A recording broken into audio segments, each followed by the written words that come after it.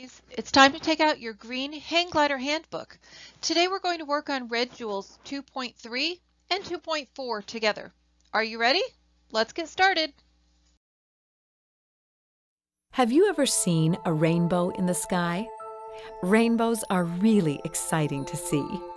They shine with so many bright and beautiful colors, like red, orange, yellow, green, blue, indigo, and violet. Sometimes big rainbows cover the whole sky. Rainbows look so pretty, but God made rainbows to remind us of something. Do you know what? Rainbows remind us of a promise God made to Noah a long, long time ago. Noah and his family waited inside the ark. They waited and waited for the rain to stop falling.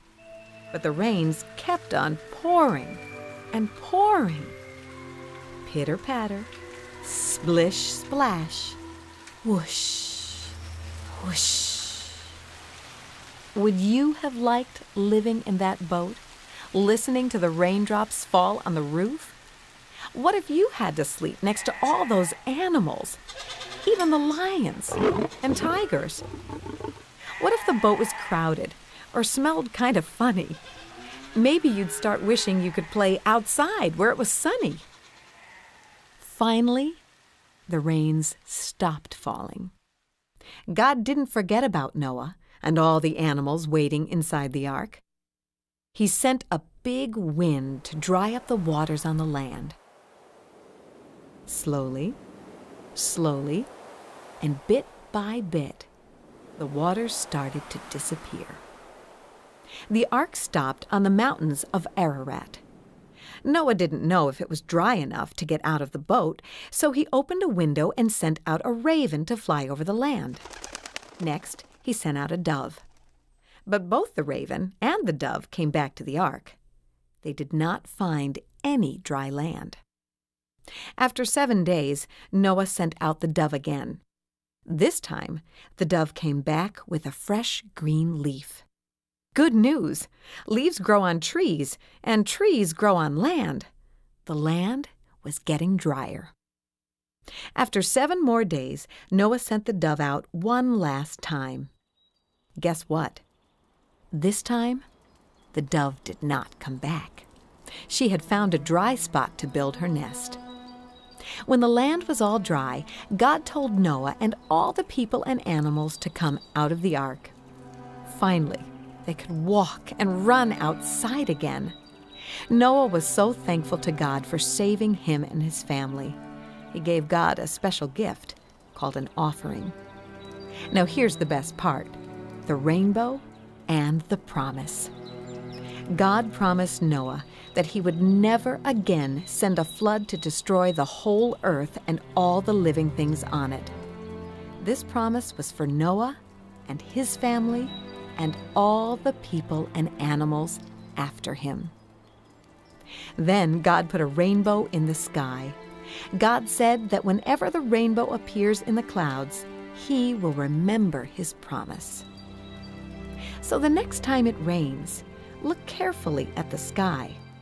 If the sun is shining at the same time it is raining, you may just see a rainbow. When you do, be sure to remember God's promise to Noah and all of us. Sparkies, here's what you need to remember. God promised never to send another big flood to destroy the whole earth. God always keeps his promises. So where does this fit in the Bible? God made a special promise. This was the first covenant God made. A covenant is a special promise. God made a covenant with Noah, his family, and all the animals and people that would live after them. 1 Peter 1:25. But the word of the Lord remains forever. Let's say that verse together one more time. 1 Peter 1:25. But the word of the Lord remains forever. Remember, remains means lasts. and does not go away. To finish this section, say 1 Peter 1:25 to your grown-up helper. Have them sign your handbook, and don't forget to complete your weekly check-in. Do you know what these words mean? Epelpe, ixpe, ifrent day, anguages lay. These crazy-sounding words are part of a make-pretend language called Pig Latin. In Pig Latin, these words mean people speak different languages. Do you know someone who speaks a different language? Sometimes people speak and make pretend languages like Pig Latin. Other times, people speak real languages that lots of people know. They speak languages like Zulu, Spanish, English, and Chinese. Have you ever wondered how all the different languages got here? The Bible tells us the answer. After the flood, Noah's sons had families with lots of children. These children grew up and had their own children. After a while, lots of people lived on the earth again. How many languages do you think the people had back then? Take a guess. You might think they had lots of languages too, but the people only had one language, so it was very easy to talk and work together. God had a special plan for the people. God wanted the people to live in lots of different places all over the earth. But the people did not want to move to different places. They all wanted to live together in one place. The people thought their plan was better than God's plan. One day, the people talked to each other in the same language. They said, "Let's build ourselves a big city with a tower way up to the sky. Then we can all live in the city together. Everyone will see our tall tower and talk about how great we are." The people started building. Tap, tap. They thought they were strong and very smart. They thought they were even smarter and stronger than God. Bang, bang.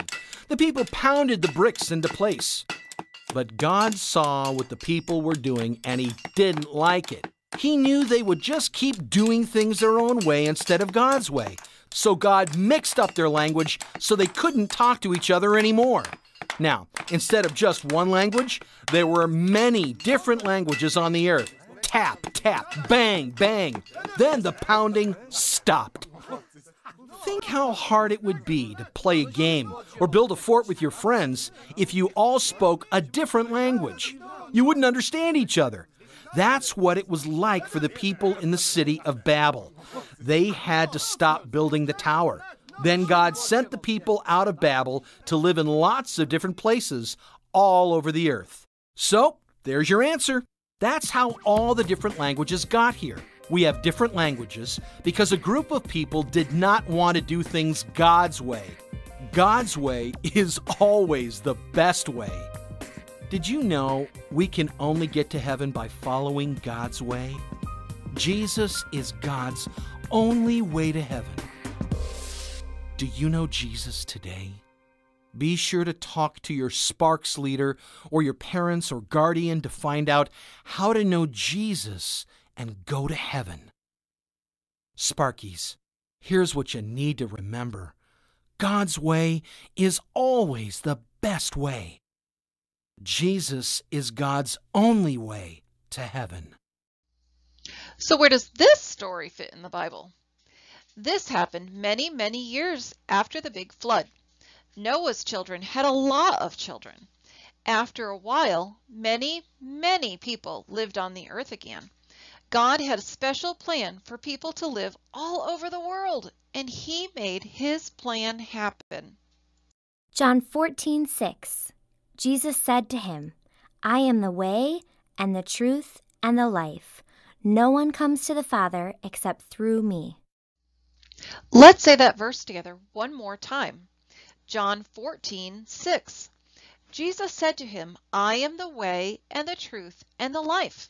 No one comes to the Father except through me." To finish this section, say John 14:6.